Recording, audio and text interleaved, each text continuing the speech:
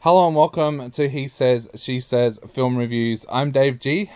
And I'm Lee G. And today we are taking a look at one of the biggest blockbusters that's in cinemas at the moment. I am talking about Spider-Man No Way Home, which is very, very quickly becoming the biggest film at the box office in 2021. And I'm guessing that it's going to continue for the first couple of months of 2022 as well. Now, this film is the conclusion to the MCU's Spider-Man Home trilogy, of course. This is No Way Home.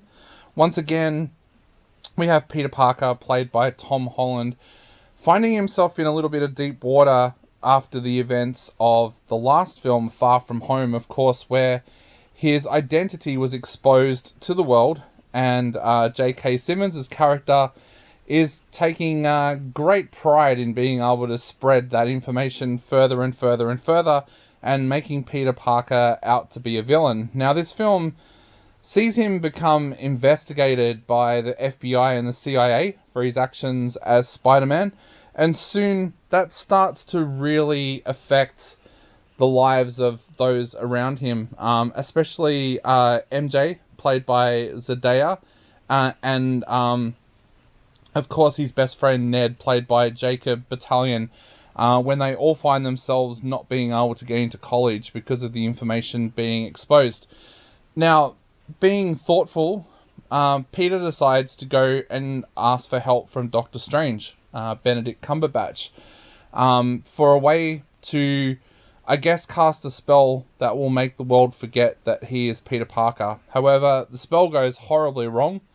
The multiverse is opened up, and suddenly villains from all different multiverses start coming into Peter's world, sparking perhaps the biggest event that this Peter Parker has ever had to face. And I don't say that lightly, considering that he had to face Thanos in the Avengers series as well. So this is a film on an absolutely epic scale. We're not going to give away any spoilers here, but this is perhaps the biggest Spider-Man movie ever. What were your thoughts on it?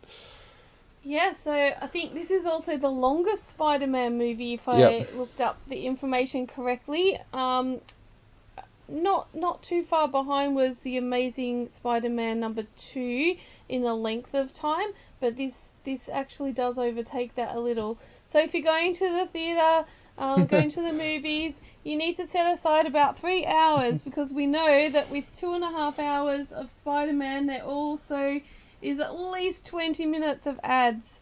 And you've got to stick around for the entire credits. You can't just get up and walk out. Never leave a Marvel film before the credits are completely ended. We see people making this mistake all the time. People we've got through the movie, and the credits are on, and some people walk out, and you know they're not the true Marvel fans because they've left before something else pops up on the screen. I felt like the first half hour was a lot more talking rather than action, which can be expected. You want to set up what's happening, and so just be ready for that. That while there's a fair bit of talking at the start in the first half hour, the action does take over after that. There's great characters, of course. You'll see Doctor Strange. You'll see Octavius come back, and the Green Goblin. Yep. And so, yeah, they're not major spoilers. They are in the previews. I'm making sure I'm being very careful. And they all did interviews before. The 3 actors that play the 3 villains all did interviews before the film was released as well. So it's definitely not a spoiler. Yeah, so it's great seeing those characters coming back through again. But with this time, Peter Parker with Tom Holland's character, because he wasn't in those movies originally with the Green Goblin. Yeah. So, or any of those 3. Yeah, so it was good to see that, and see, the original Spider-Man coming through again into that franchise. Now, what I want to say is, no matter what I say about Spider-Man, because I loved it, I noted the audience reactions in the theater, and oh my goodness, it was so good to be back after lockdowns in Australia, to be back in the theater with people. So there was that people just being overly happy and bubbly about we're back, but then throughout the film, through the brilliant moments that come up in this movie, you'd hear clapping and cheering, and I'm not talking one or two people. Yep. I'm talking about the whole theatre, the whole reactions, where it almost brought tears to your eyes to see how it's almost like a gratitude and an honouring of the writers and directors and actors of the special moments in the film being really recognised and honoured. And so I think they were very special moments for myself and for others around within the theatre who just, were just so happy to see this film. And so while I love to give my opinion on things, and I think that spoke more than anything else in that true Marvel fans, true Spider-Man fans were reacting and loving the film. And by the time you'd seen it, it had already been out for, I think, at least 24 hours. So some people were back for multi viewings. I saw this at the Australian premiere that was held just 2 hours after the premiere in LA. So there were no spoilers out on the internet or anything like that of anything that happened. And the same thing happened. There were people gasping in astonishment, clapping and cheering during some of the battle sequences. And it really was one of those movies that I don't think I've seen it in so many years of reviewing where so many people were reacting like that. And some of the people that were in my screening actually worked on this film, because of course the special effects and post-production for Marvel are done here in Melbourne by a company. So there were people in this that potentially in my screening that kind of knew what was coming up because they would have worked on sequences, and even they had the same reaction after seeing it on the big screen. And I was thinking back to when John Watts started this franchise as a director, and there were people criticizing him as being the choice of being a director for the Spider-Man franchise. There were people criticizing the selection of Tom Holland as Spider-Man. So to see in 3 films that reaction coming to the point where people are now labeling this the greatest Spider-Man movie of all time, it just really is a great acknowledgement of the work that John Watts, John Favreau, who I know has had a huge say in what happens in this series as well, and Tom Holland have done, because they've won over people that were huge naysayers of them being involved in this, and now they've created this spectacle of a film that I called it in my review a cinematic masterpiece, because it's just the perfect action film. It has all these twists and turns in it that you don't see coming. I know people will watch this in a few years' time knowing what those twists and turns are, and perhaps it won't have the same impact, but I just think it's a true testament to what especially those 3 guys have done, and Zendaya, because there was a lot of people that were very anti her playing MJ when she first was named in the role as well. So I think it's a real testament to what those people have done and how they've got it to this point where now you've got this great Spider-Man movie and everybody are calling for more, whereas originally they were kind of like, oh, we've got to put up with these people for 3 films at least. Like, yeah, I don't know where it's going to go now, but I'm really, really excited to see where it goes next. Yeah, definitely. And I think there's some good themes and storylines in there as well. I kind of liked that the character of Peter Parker, as still a human, while he's a superhero, he's still human. He did make some mistakes in this film. And so does Strange too. Yeah.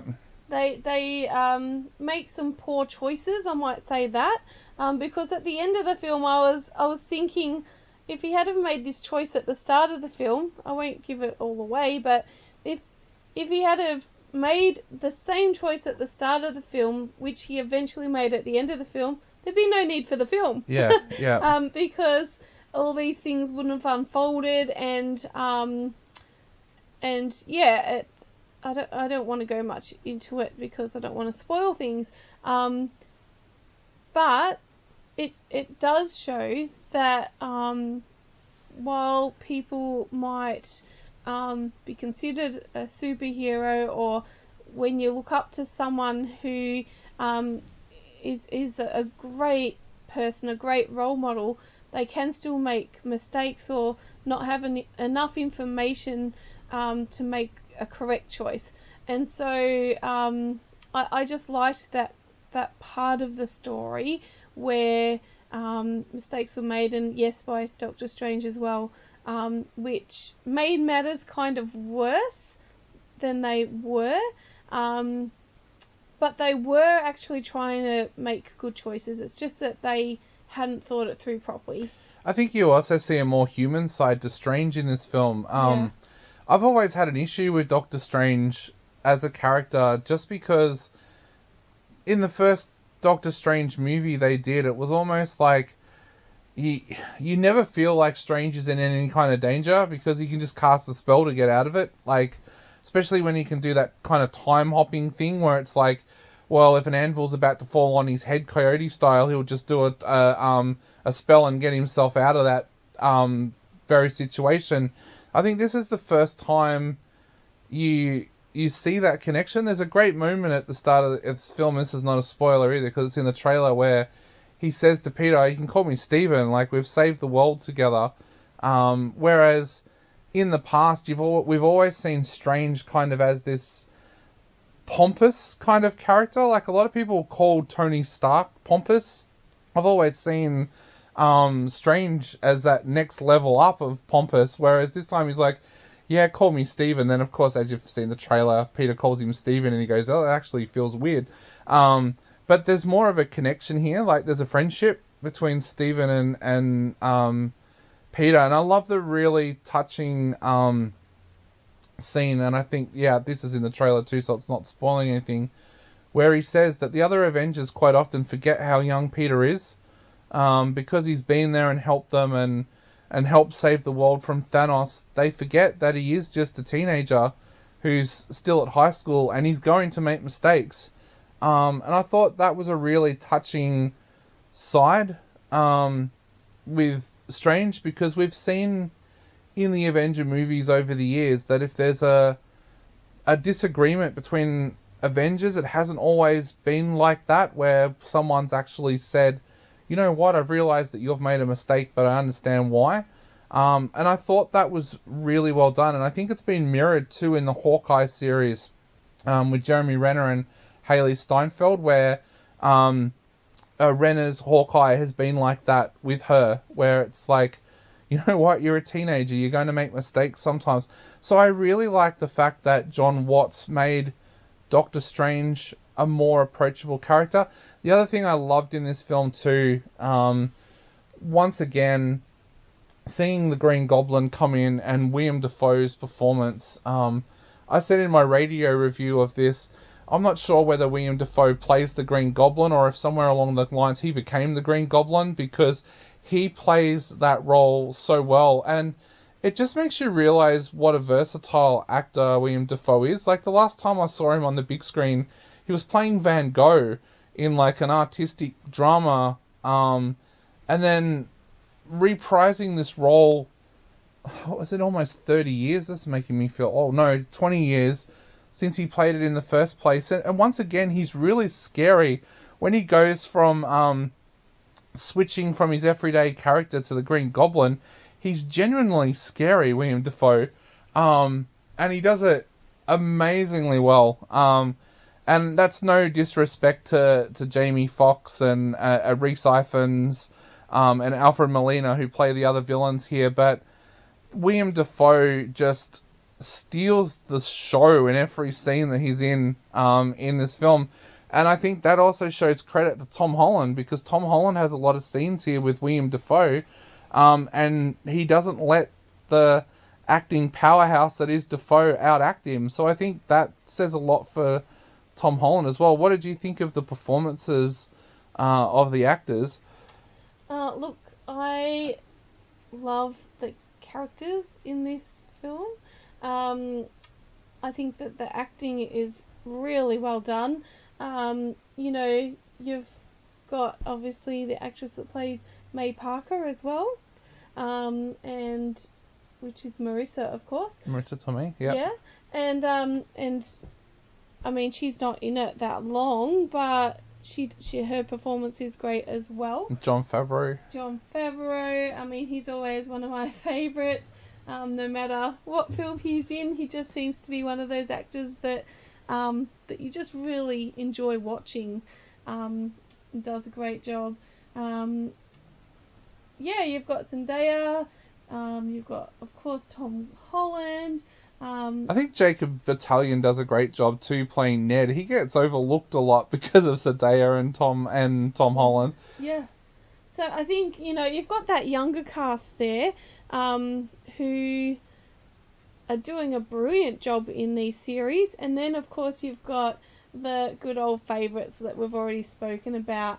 I don't want to go too much into some of the characters because, of course, there's some depth and some greatness there that you will see for yourselves. And I don't want to give anything away, but all I can say is there's quite a few people in this movie, and they've all worked together in such an amazing way that it's brought this Spider-Man masterpiece, I guess you could say. Before, I think we should get on to our scores before we do talk about something that we shouldn't talk about. What are you giving this one out of 5 and why? I am going to give it 4.5 out of 5. I think I enjoyed, the time portals and the different dimensions and, of course, the multiverse. I enjoyed the acting. I enjoyed the Easter eggs along the way. Now, I think that if you haven't watched previous Spider-Man movies, you won't get the depth of and why haven't you? Yeah, why haven't you? We actually lent a friend of ours about 7 Spider-Man movies, including the animation. Multiverse, yep. Multiverse to watch before they go and see this, because they haven't seen them. Which, number one, I can't believe, but number two, I'm proud of them for wanting to catch up before they see this. Because there are some one-liners in there and things like that you will definitely want to link back to the previous movies. So if you're watching it for the first time, if you're watching Spider-Man for the first time and this is the first movie you watch, you won't have the big experience that we had with the one-liners, the wow moments. I think you could probably still watch this as a standalone, but you'll miss out on all the links back. Even we've spoken about some of the characters that are in it now. You won't get all those links and you won't get the one-liners, and it just won't be as special.